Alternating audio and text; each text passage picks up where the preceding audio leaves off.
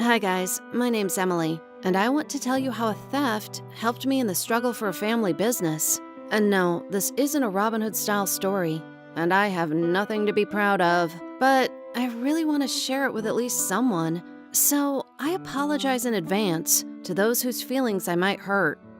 I'm a girl from a well-off family, even a very rich one. People like me are usually called posh, kids born with a silver spoon in their mouth, and stuff like that. And this is absolutely true for my sister, but not for me.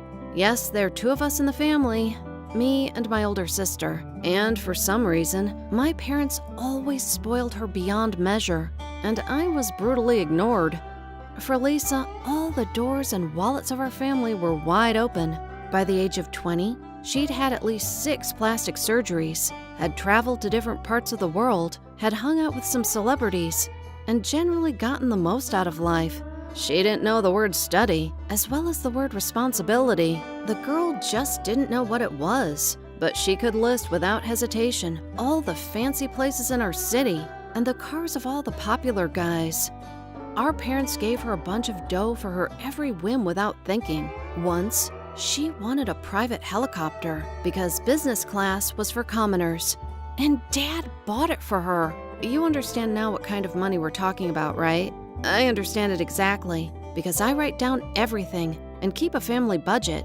And the irony is that no one even pays for my studies. I live in a luxurious house and eat oysters for breakfast, but I have to take a bus to get to college and have worked since the age of 16 to save for a bus pass. Well, they do give me some pocket money to buy a bagel or a new blouse. Of course, in my world, there's simply no place for boutiques or chic life. I learned from a very young age, if you want something, earn it.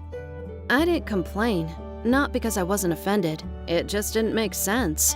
I tried once, and my mom just got up and left. And Dad gave me a whole lecture on how you need to learn to count only on yourself. Now imagine, 2 girls live in the same house, but one of them is fully packed, and the second one has a part-time job, delivering leaflets to save money to buy an iPhone.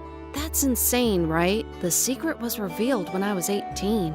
That day, our parents gathered us in the living room. Dad solemnly handed me the papers for all his assets and enterprises. Then he explained it had been kind of a social experiment. Which of his daughters would be more worthy of becoming his successor for the family business? I met their expectations.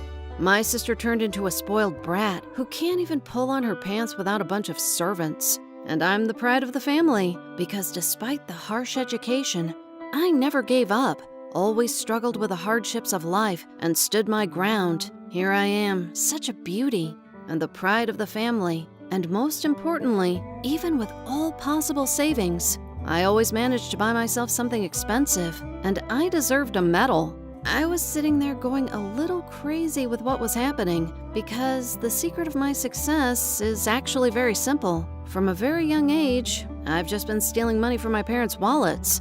They both have a habit of throwing their things around. The servants would pick them up anyway. Besides, they never counted their cash. They just didn't have to. So every day I secretly hunted for their wallets. I didn't take much at once. A couple of bills at a time, so they didn't notice. Sometimes there were large bills, sometimes smaller, but enough for expensive things and toys. I don't suffer from materialism by nature. I prefer technology, and there are somehow fewer new products there. And of course, I didn't get a part-time job.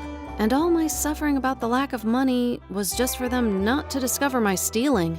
With my theft, I could have bought a car, but my parents would never have believed that I made enough money for it with leaflets. That's how good I am. I managed to get the whole inheritance in such an intelligent way, with common theft. Not a super business mindset, my dear parents. Now, I really have become the full owner of everything. Dad has passed all of his business to me and is slowly introducing me to the course of things. I already manage all the family expenses. I sit in one of the big chairs in the main office of our company. I don't manage anything serious yet. I don't have enough experience, but I've already fulfilled at least 2 of my dreams. I cut off my sister's oxygen and finances because, well, she's really pissed me off, and I traveled around the world.